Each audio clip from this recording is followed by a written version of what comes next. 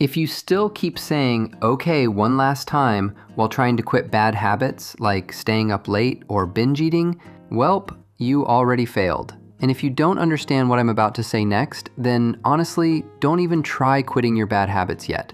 Don't use willpower to erase a habit. You watch a bunch of motivational videos and suddenly feel hyped. That's your emotional brain activating. But willpower mainly depends on your logical brain. And those two things barely work together. Since your emotions aren't the same every day, there'll be days where you feel super motivated and can temporarily stop bad habits. But the moment you get tired, those habits come back in the most natural way possible. That's because your brain isn't relying on logic anymore. It's relying on something called the basal ganglia, basically your brain's autopilot system. And that system keeps repeating bad behaviors automatically, even when you're trying insanely hard to stop. You know it's bad, so why can't you stop? Ever asked yourself that? Because there's one mechanism people constantly misunderstand: the brain's reward system.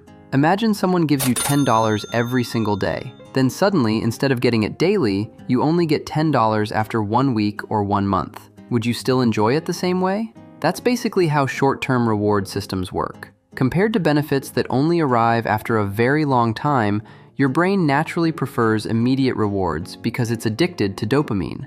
Your dopamine baseline is already insanely high because you spent years training it with bad habits yourself. Your brain doesn't sit there asking, will this help me 6 months from now?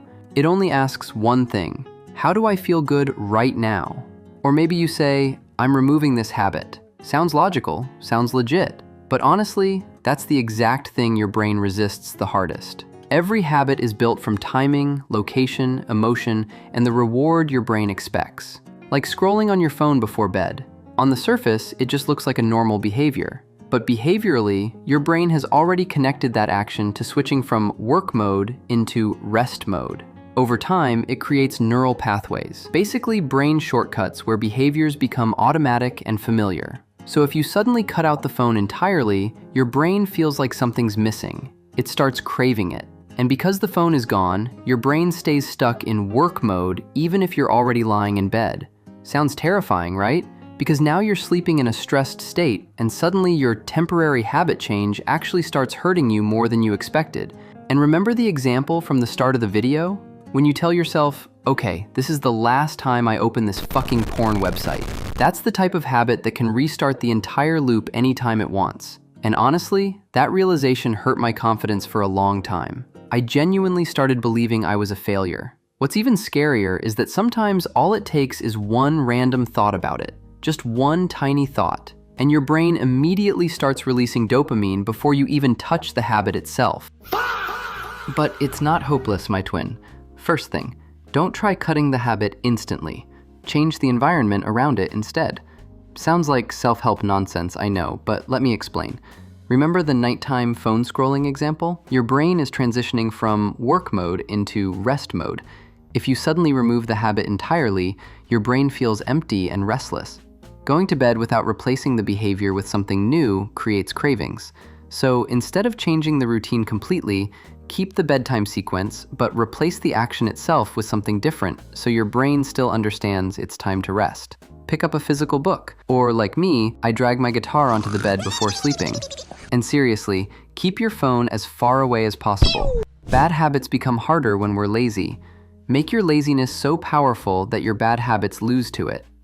One time, I went downstairs to get water and accidentally left my phone downstairs. When I got back upstairs and realized it, I was way too lazy to get back out of bed. And the last thing I personally use all the time is the 10-minute rule.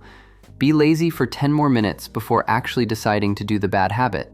Because neurologically speaking, the moment your brain thinks about a habit, it creates a cue. Your dopamine spikes immediately and starts demanding that you actually perform the bad habit.